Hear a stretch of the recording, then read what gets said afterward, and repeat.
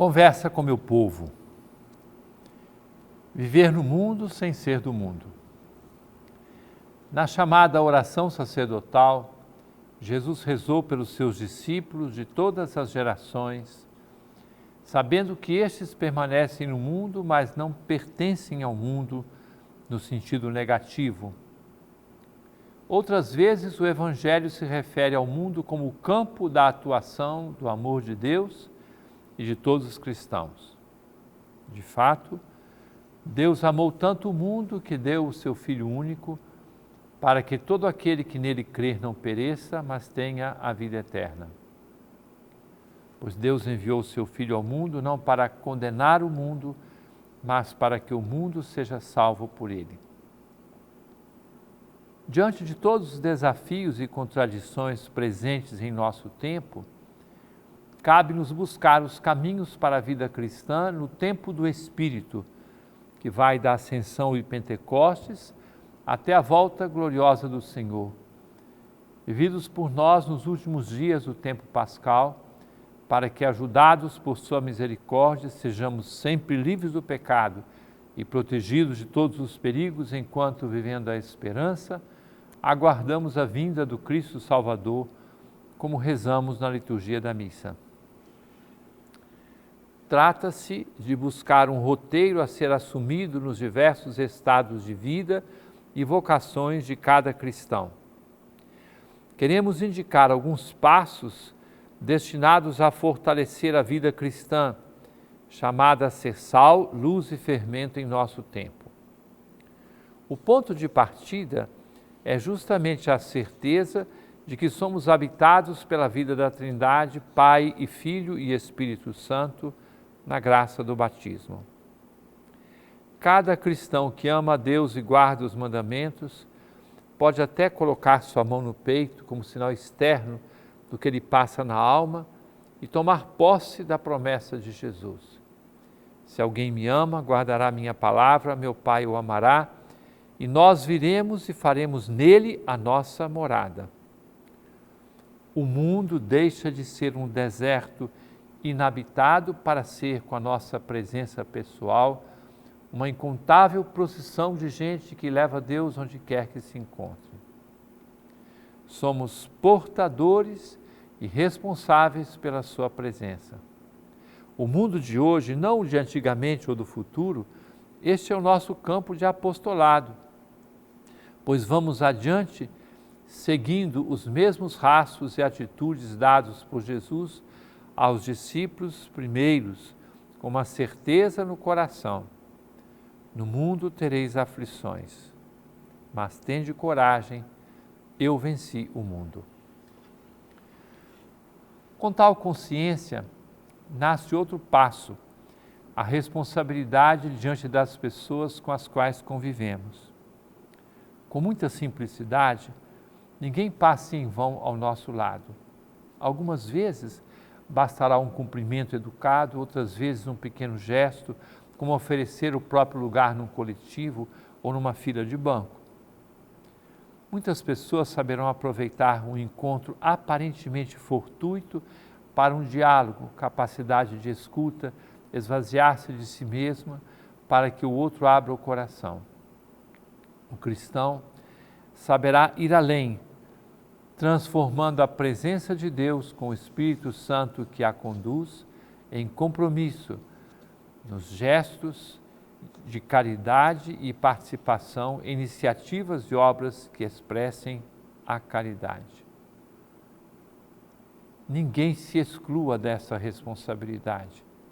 Há de realizar gestos de serviço de acordo com os seus dons, com as posses e a disponibilidade de tempo que a vida lhe proporciona.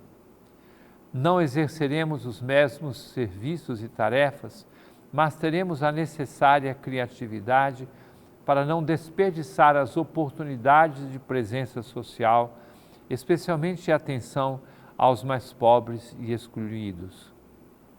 Propomos que cada cristão, homem ou mulher, a quem foi dada a graça da fé, assuma em primeira pessoa, sem delegar a outros, uma atitude permanente e um compromisso de amor concreto ao próximo de forma muito concreta, muito prática. Saibamos estar abertos ao Espírito Santo, que suscitará as várias iniciativas. Vida cristã é vocação ao serviço de Deus e do próximo. A iniciação cristã, batismo, crisma e eucaristia, traz consigo o chamado de vocações específicas. A partir da família, ampliando-se para todo o corpo eclesial, deverá crescer a pergunta sobre o que Deus quer de cada um de nós. Lembremo-nos de que as famílias, com suas qualidades e eventuais limites e lutas, devem ser o espaço originário cristão para a descoberta da vocação pessoal e específica, já que não existe cristão sem vocação, que é o olhar de Deus para cada um de seus filhos e filhas. A vida de batizados leva também à experiência comunitária. Comunidades, paróquias, movimentos de igreja, grupos de oração, grupos de fé e vida, grupos de leitura orante da Palavra de Deus, grupos de novena ou preparação do Círio e das festas paroquiais, grupos de casais, encontro de casais com Cristo, equipes de Nossa Senhora, e a lista pode crescer. As diversas pastorais que envolvem a catequese, crianças, jovens, casais, pessoas consagradas a Deus, novas comunidades de vida e aliança, grupos ligados à espiritualidade de ordens e congregações religiosas e daí por diante. Cada pessoa descubra o seu espaço e não se isole. Muitos de nós estarão envolvidos nos movimentos sociais existentes em nosso tempo, participarão dos chamados conselhos paritários existentes na sociedade. Outros irmãos e irmãs terão a vocação para o engajamento político maduro e equilibrado, aprendendo a ser homens e mulheres atuantes num campo tão desafiador e carregado de extremismos, como vemos no tempo em que nos encontramos. Para que não nos percamos no meio do mundo, mas sejamos sinais de uma realidade diferente e muito melhor, todas as propostas aqui apresentadas sejam alimentadas com uma vida sacramental consistente, na participação eucarística dominical, no sacramento da penitência, a oração pessoal, familiar e comunitária. O domingo, dia do Senhor e do povo de Deus, há de ser a festa do encontro na fé e na caridade, alimentando-nos com a palavra e o corpo e o sangue do Senhor. Da missa dominical, saiam aquelas pessoas que já chamamos de uma imensa procissão de portadores de Deus. Ao final de nossa caminhada na terra, não seremos tomados de orgulho, pois saberemos dizer com humildade, como o Evangelho de São Lucas, capítulo 17, versículo 10, nos põe na boca: somos servos simples, fizemos o que devíamos fazer. Entretanto, da parte do Senhor poderemos ouvir: parabéns, servo bom e fiel, como te mostraste fiel na administração de tão pouco, eu te confiarei muito mais. Vem participar da alegria do teu Senhor. Caríssimo irmão, caríssima irmã, permaneça conosco, daqui a pouco estamos de volta.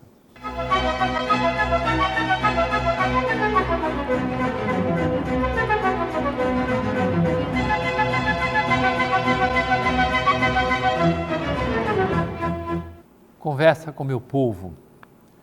Caríssimo irmão, caríssima irmã, neste final de semana tem sequência a série de assembleias específicas dentro do Sínodo Arquidiocesano que estamos celebrando.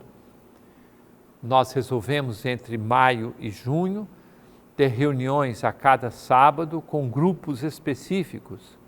Hoje são as pastorais e os organismos que atuam na Arquidiocese de Belém. Nós temos para esse sábado, para quem me escuta no sábado, nós temos a partir das 8 horas até ao meio-dia, um encontro com todas as pastorais e organismos da nossa arquidiocese. O encontro acontece na paróquia de São João Batista e Nossa Senhora das Graças, no auditório em Iquaraci.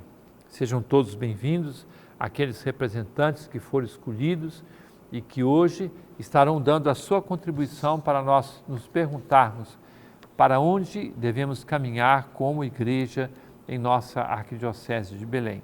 Cada sábado nós temos encontros com os grupos específicos, então Dom Antônio e eu estamos sempre junto com a coordenação do sínodo nessas reuniões a cada sábado na parte da manhã. E hoje a reunião acontece lá em Iquaraci. Amanhã, ou para quem me escuta no domingo, hoje, dia 29, nós temos a missa que celebro na Basílica de Nazaré, às 18 horas. E nessa Santa Missa nós temos, após a missa, a coroação de Nossa Senhora, a apresentação do cartaz e a subida da imagem original de Plácido para o Glória. São momentos bonitos, de muita piedade, depois de uma semana intensa de encontros, de orações, de participação do povo na igreja, nessa Semana Mariana, realizada na Basílica de Nazaré. Eu agradeço a Deus porque no dia 26 nós pudemos celebrar juntos a Santa Missa em ação de graças pelo meu aniversário. O povo de Belém é sempre muito delicado, muito carinhoso comigo, então eu louvo a Deus por tanta bondade e pelo dom da vida que Ele mesmo me concedeu. Perguntas que as pessoas nos mandaram. Dom Alberto, quais são as características que uma paróquia deve ter para se tornar um santuário? Veja só, um santuário é um lugar especial de peregrinação. Santuários propriamente constituídos na nossa arquidiocese. O primeiro deles foi o Santuário Mariano Arquidiocesano de Nossa Senhora de Nazaré, que foi constituído na época do meu antecessor, Dom Orani. Eu constituí como santuário a paróquia de Nossa Senhora Aparecida, na Pedreira, nossa paróquia santuário de devoção de Nossa Senhora Aparecida. Nós temos duas igrejas, uma de Fátima e a do Perpétuo Socorro, que as pessoas chamam de santuário, mas que não são constituídas propriamente como santuário.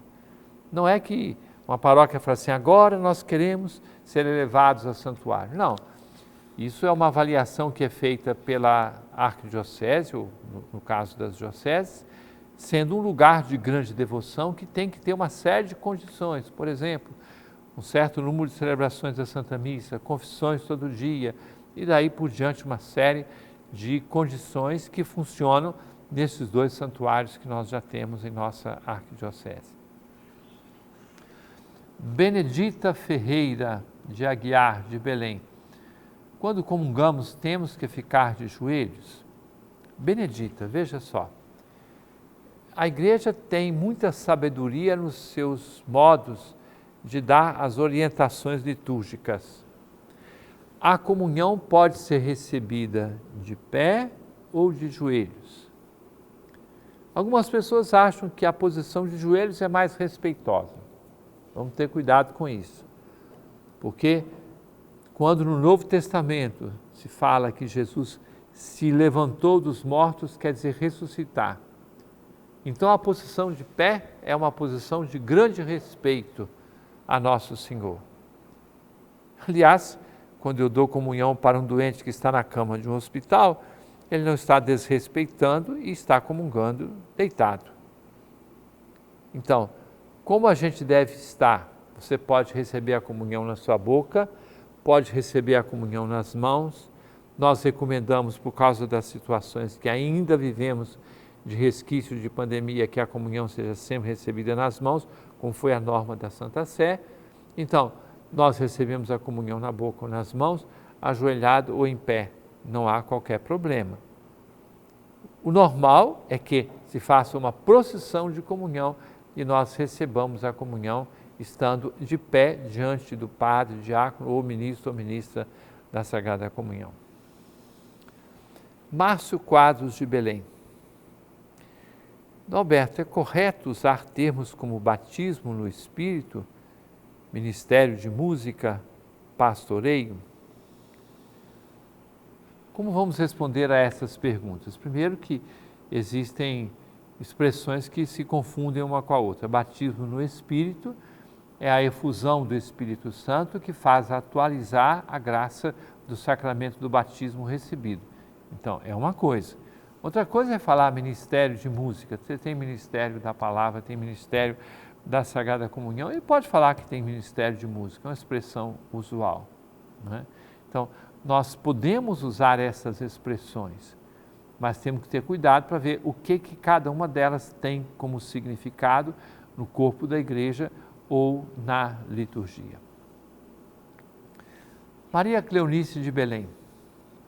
Dom Alberto, Jesus fez milagres na sua infância.